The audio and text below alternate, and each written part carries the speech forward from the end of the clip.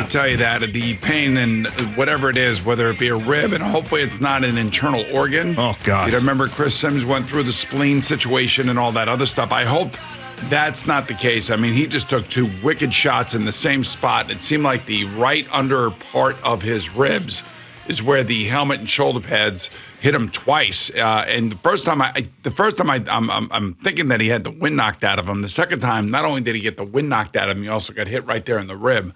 I have so much respect for this young man. It's not even funny. To go back out there after coming back out of the locker room after the second hit, that means to me that they may have put some numbing stuff in there just to see if he can go back out there and play. And then he was taking shots there again. And the second one, the Milano one, I don't think that there was anybody's responsibility to block Milano. He had to get rid of the ball. And I don't know, I have to go back and look at it from the all-22 to decide whether or not he had a hot receiver and that was his guy, or somebody missed a block or blew a block or blew an assignment. I don't know, but his performance yesterday, the fact that he completed 27 pass completions in that weather, under those circumstances, are about as extreme as it gets, and it's about as uncomfortable as it gets. So, say what you want about Zach Wilson or anybody else. I figured that if Mike White was, had broken ribs and wasn't going to be able to play the next 4 weeks, I figured then maybe they would give Zach a shot to come back and start. Now would be the time to do that.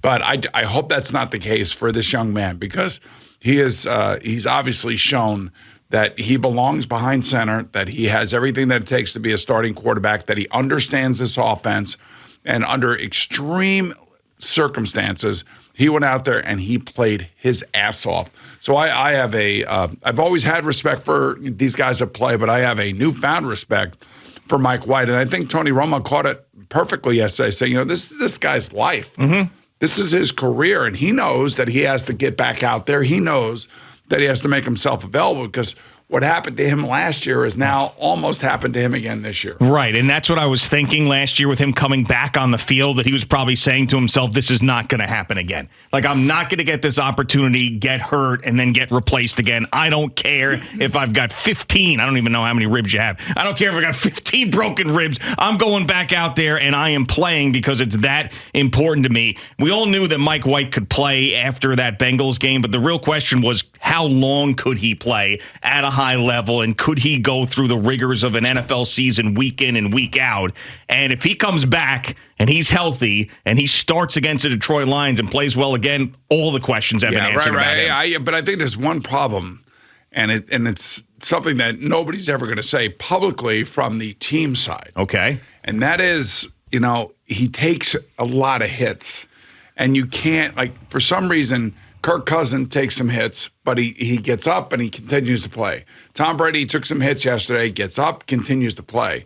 The hits that Mike White takes are like direct shots, and he lays himself out there and he exposes himself, and he's got to be really, really careful in regards to how he plays the position. I mean, he's just not built to withstand hits like this, and this is 2 years in a row now. So, remember though, the Indianapolis game, that was an elbow situation. He was throwing the ball and something happened to his elbow. It wasn't like he got hit. But again, it's still, all I'm saying is that the most important ability that you have is availability. Yeah, and it's harsh. Nobody's going to say that over there. I'm just telling you that's the reality. They probably have meetings, and I know a lot of teams have meetings, and they look at players and they look at their history, they look at what happened to them in college and everything else, and they decide whether or not they think that guy is going to be available for all of these different games. And, you just watch a lot of these quarterbacks. I mean, Phil was pointing out, I think there were 29 different quarterbacks that had to come in off the sideline to play this year for teams. Mm-hmm. And, that's a huge problem. That is a huge problem. And then, on the other side, you have Daniel Jones playing his ass off. At least he's competing.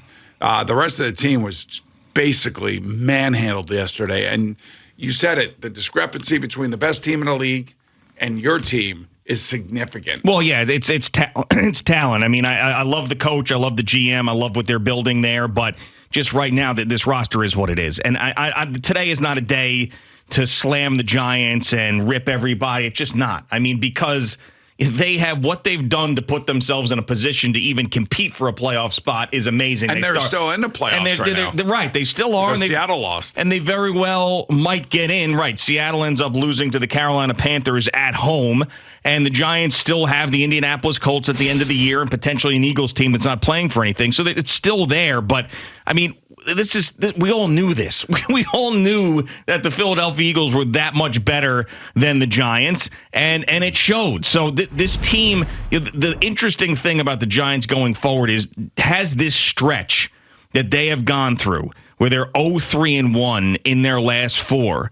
Change the opinions of the decision makers on Saquon Barkley and Daniel Jones. Those are the things I want to know, because they were talking about Saquon Barkley giving him a contract extension during the bye week. Those were real discussions that were happening. Well, at the worst, they could bring Saquon Barkley next year back on the franchise tag, which is not a big number for running backs. That's right. Yes. I mean, so you got to wonder.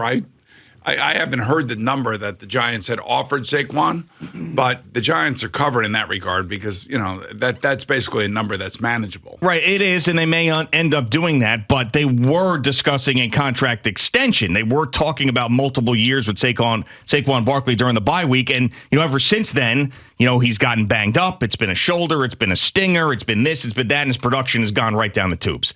So that's a part of it as well. And Daniel Jones, yes, he's playing his ass off. And we ask the question every week. We don't know the answer to it. If he had real weapons around him at wide receiver and tight end, would he be one of the top 15 quarterbacks in football? I don't know. Again, what's the alternative? Right, I know.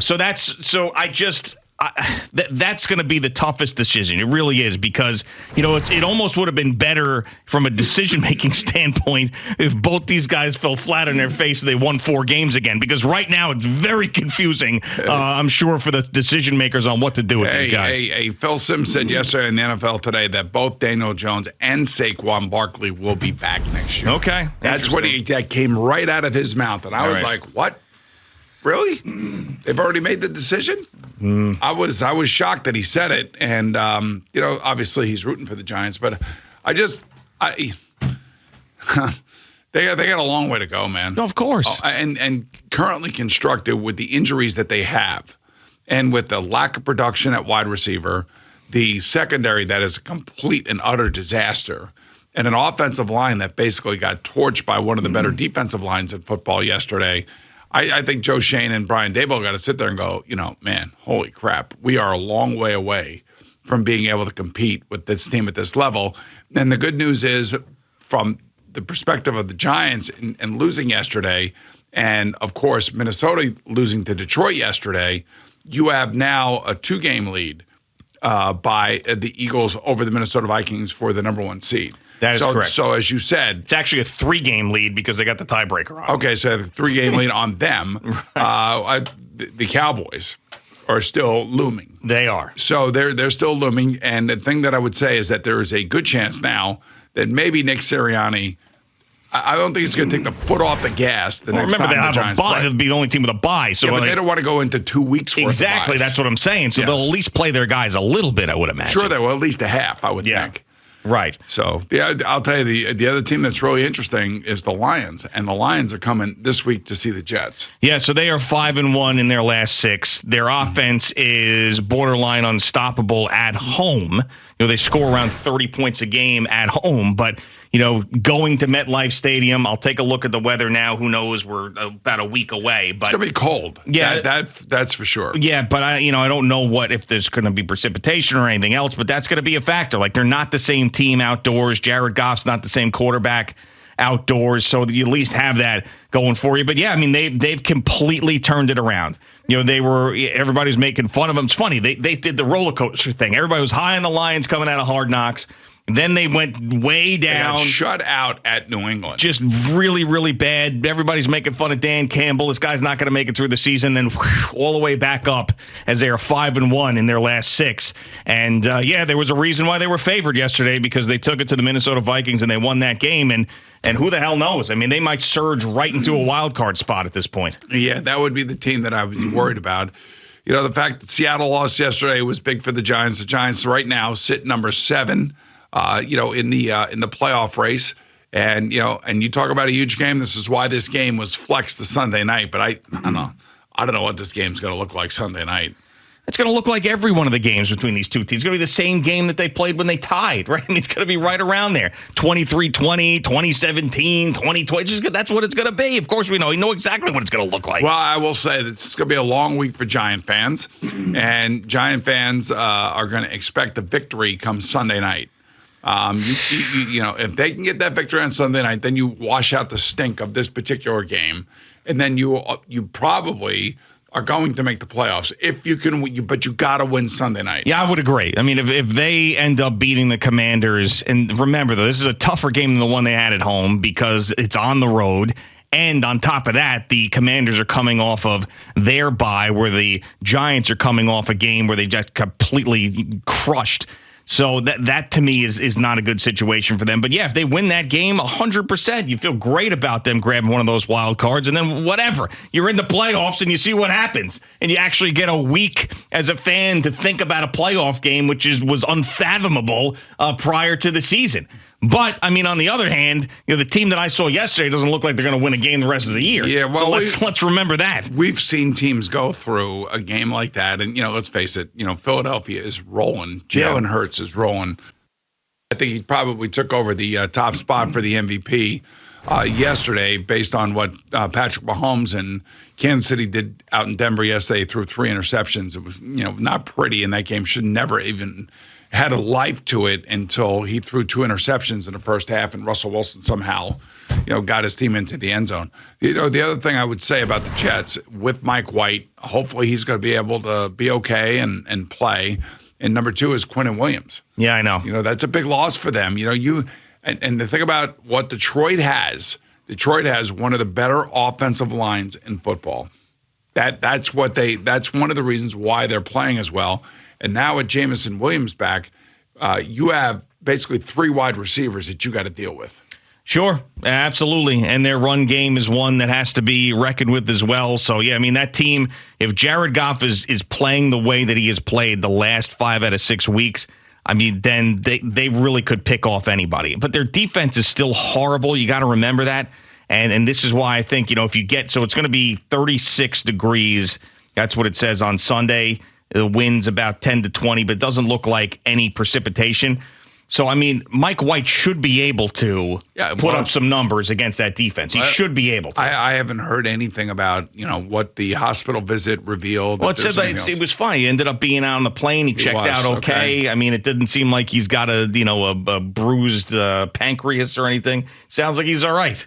So he popped on the plane. I'm sure that as the week goes on, there'll be some more, pain that he has to deal with, right? He's going to wake up this morning if he got any sleep last night at all. Yeah. I mean, every breath he takes is going to hurt. Sure. But it doesn't sound like he broke any ribs. It just sounds like maybe they were cartilage, rib cartilage or something. Bruised ribs or whatever. So I know. Brutal, man. It's right. Yeah, he's got to put on one of those jackets. I heard them talking about it on the warm-up show. He's right. Al's right. He's got to put on one of those flak jackets. Kirk Cousins got one of those things. Yeah, but I mean, little flak jacket action. I'll bring a flak jacket in for you tomorrow, Al, and you don't even have bad ribs. And I'll have G put the helmet on behind me, the Terps helmet, and I'll have him run that helmet right into those ribs. Okay, and then you can tell me how you feel. All right. Well, Tony Romo used to always wear that flak jacket. Worked out for him. Yeah. It's working out for Kirk. I don't know what you're talking about. You act like you know more than we do about the flak jacket. It's crazy. I kind of do know a little bit more about it than you guys do. Do you still have a flak jacket? No, I never really wore a flak jacket. But the way you talked about it, you're going to bring one in tomorrow. I mean, I'll go get one. I can get one. They're not hard to get. I saw Dan Pastorini wearing one, take a bat swing to it, and didn't flinch. Yeah. Okay. I think we know more about the flak jacket than you. You should just just admit that. I'm not going to admit anything when it comes to this because you guys are just amazing. Just throw the guy out there. It doesn't matter. I'm surprised Tony Romo didn't even suggest it during the game. I think he was wearing something, wasn't he?